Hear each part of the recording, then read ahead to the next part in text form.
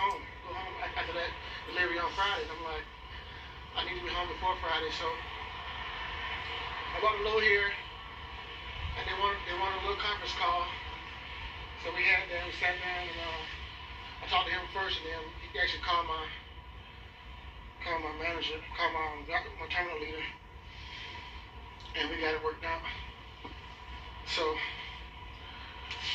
but yeah, you can see the shop, and the actual driver's lounge is back that way, back over there. Then they got some, you see, look over there, you can see down there, you can see they make you park you gotta park the trailers and then unhook from them and come park your tractor, which is cool, which is better than having all of them, lined up and jumped up. It's more organized like that. So I like it like that. So I just thought I'd chime in, you're ready. Like I said, you're ready to head to the Ponderosa. What's up?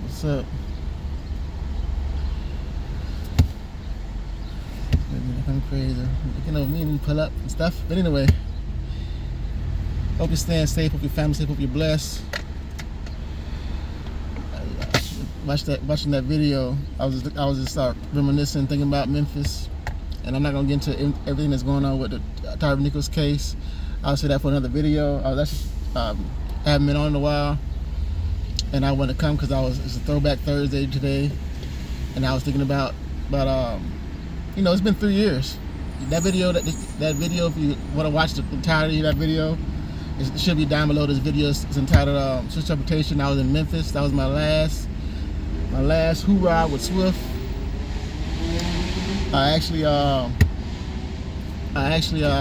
like I said in the end of that video, if you caught it, I was getting ready to leave. I just met with the terminal leader, my DM and everything, but I knew they told me to come back. I knew when I met with them, I knew I wasn't going to come back. I knew that was it.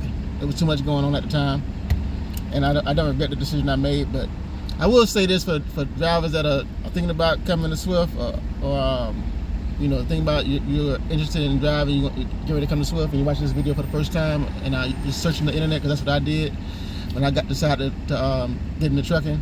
I searched YouTube for different videos and watched different videos about trucking and trucking companies.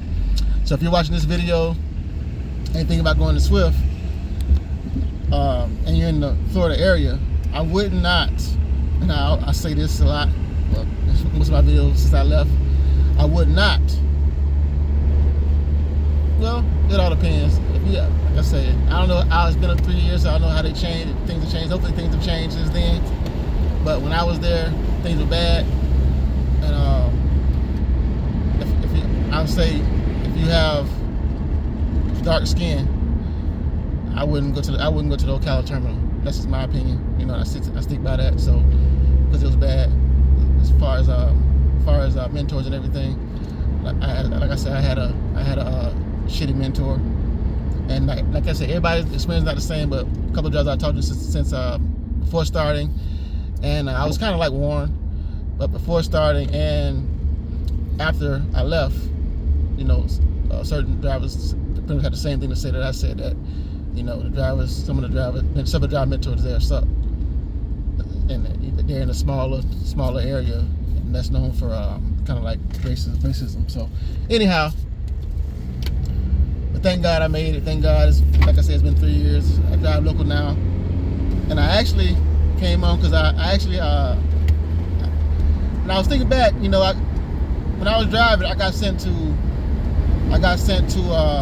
New Jersey, Pottsville, Pennsylvania, and a lot of those routes they run through. Like I was on a Walmart dedicated account, and a lot of those routes they run through like I say, Delaware, New Jersey, Maryland, and I actually was coming out of one of the stores and get on the I coming from I was in New Jersey, and I pulled out on the freeway and pulled out the freeway and cut too close to the railing, and actually hit the railing and slashed the tire. flashed a tire and busted a tire out, so people had to come out and fix it. But I ended up having a report had to be made, but they didn't slap me with a ticket or citation or anything. They just asked me was I okay, and called somebody to come fix the truck. But I have to, like with local trucking, if you have an accident, like this is my point. Like I recently had not an accident, but I was making a local delivery, and it was in a small system down in Dania, like towards Miami, and I was like at a Dollar General, and it was in a small parking lot, and so I pulled close to the building because the parking lot was narrow, so the people can pass by, and I can avoid getting hit. And when I was leaving, the back of the rear end of the truck caught like a little piece of dangling from the roof, caught that piece and pulled it down, and I called the manager and he told me to take pictures and call the police. So I think that could have been avoided, because the company I work for, they actually do repairs for stuff like that, and you could have just but anyway, I would have handled it different as a manager. I would have handled it different, but he chose to handle the way he handled it, so I had to ride with that. But it could have been handled different without calling the police, because like I say, my company fixes stuff like that, and they could have just talked to the manager and I fixed the roof ourselves without involving the police, and as long as the manager was okay with that. But anyhow, so I ended up having to get a drug test, breathalyzer test. And I was telling the boss this. I was like, well, if I did, because I ended up having to drive myself in the work truck, the delivery truck that I was already in, to the location, and having to be closed. They were closed, and so he was worried that being that I had enough time to get there and get back. To say, well, shit, I got lost. I was going there, and I didn't know. I'm not from the area.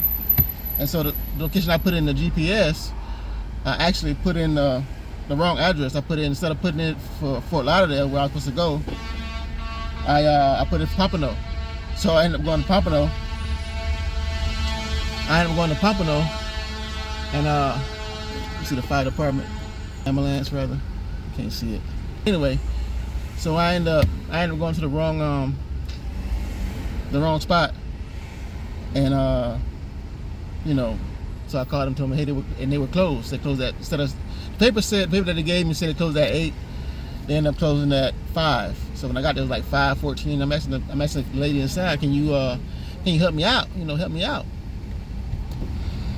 And she was like, we're closed. Sorry, we're closed. You gotta come back. So I ended up calling another manager,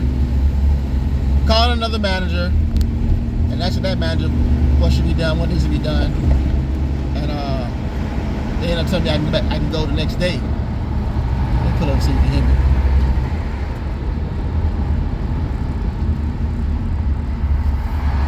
Give me 1 second. Let me pull over real quick. I'm not sure if you can hear me real great with the wind and everything. So let me tell you this real quick, and I'll be on my way.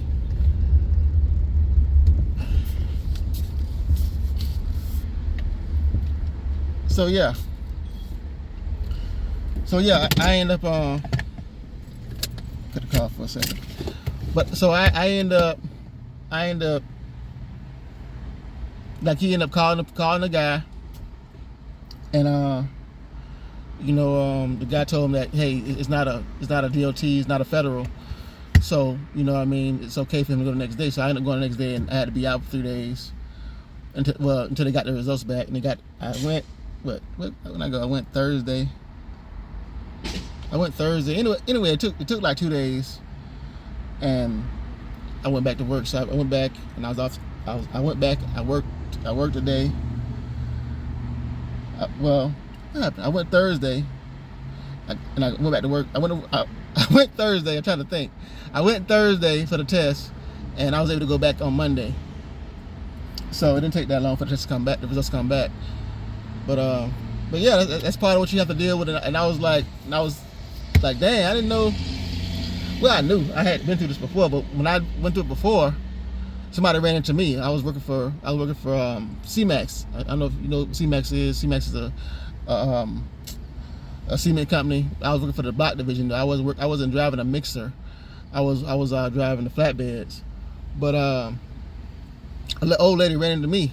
Like, how you run into a big flatbed truck? But anyway, she ran into me, and when I drove back from the accident scene to the back to the plant, I couldn't leave the plant until I got drug tested. I got drug tested for like a urine test and for right there. Not I didn't have to go anywhere. They came to me. They came to the shop, and I couldn't leave. I could say, well, I go get something to eat because it was late and I was off work. It was like maybe 7 o'clock at night, and I couldn't leave until they got the results back because I couldn't go home, couldn't do nothing. So yeah, I had been used to it, but with that, they told me to go to the place on my own. Like, usually the manager takes you, but anyhow, did what I had to do. But I said, like, I wonder why. I don't know, maybe because you're over the road or what. But I don't know. I wonder why big trucking companies don't do that. Like when you if you have an accident or something like that, maybe you have to have an accident with a person or actual accident in order for them to do that. But with this, I wasn't tested when I had the thing in New Jersey, like I was saying before. When I hit the railing, I didn't have I didn't have to get a DOT test or nothing like. A drug test for none of that stuff. So anyhow, I figured I'd come in and chime in about that, share a little bit about this. It's I was thinking about Memphis and everything that's going on with Memphis. With, like I said, with Tyree Nichols, it's a sad case. And I will say this: I won't get into that topic right now, but I will say, when does it end? You know what I mean? When does it stop? I've seen stuff like this since I was growing up, and I'm almost 50 as a kid. So when does it end? You know what I mean? Like, I was when Rodney King, I don't know you know anything about the Rodney King riot, but I was 17 when that happened, and I was in LA when that happened. Actually got some of the the spoils and loots, like, people bringing stuff to the house and everything. My dad actually want us to get out. He didn't want to go out and do nothing, but we actually end up going out anyway. Doing a little something, doing a little shopping. But yeah, and they say, well, why do they burn their own communities? I don't understand that either. But they wouldn't let you go out to Beverly Hills and burn out stuff. You end up getting killed or in jail because they show had the police out there protecting them, protecting those stores and stuff like that. So, but anyhow, that's pretty much all I got. Like I said before, I don't really want to bash. I don't really want to bash the Ocala terminal. I know some good drivers there. Like I said, it's just my experience wasn't that great. That I mean, if you go there, you won't have a great experience. You might have different drivers. But the Memphis terminal, by far, in my opinion, it's a bigger terminal for one. But the people there are better at that time were great. You know what I mean? So even like the environment, I don't know. Anyway, that's all I got. That's all I got, man. I'm not, like I said, I'm not only getting into all this stuff right now. I'll get into it in another video at another time. But if you want to see that video in its entirety, make sure you like it's right down below. Scroll down below. This video is titled Swift Transportation, Memphis, the Memphis video. So it's 3 years ago, it's a while ago, and it's a big difference between now and then. I'm thankful and grateful that I'm still able to drive. And thanks to Swift for giving me my start, because I appreciate it. So y'all be safe, y'all be blessed. Like, subscribe, comment down below, share if you want to, and I'll be seeing you next video. I'm out. Peace.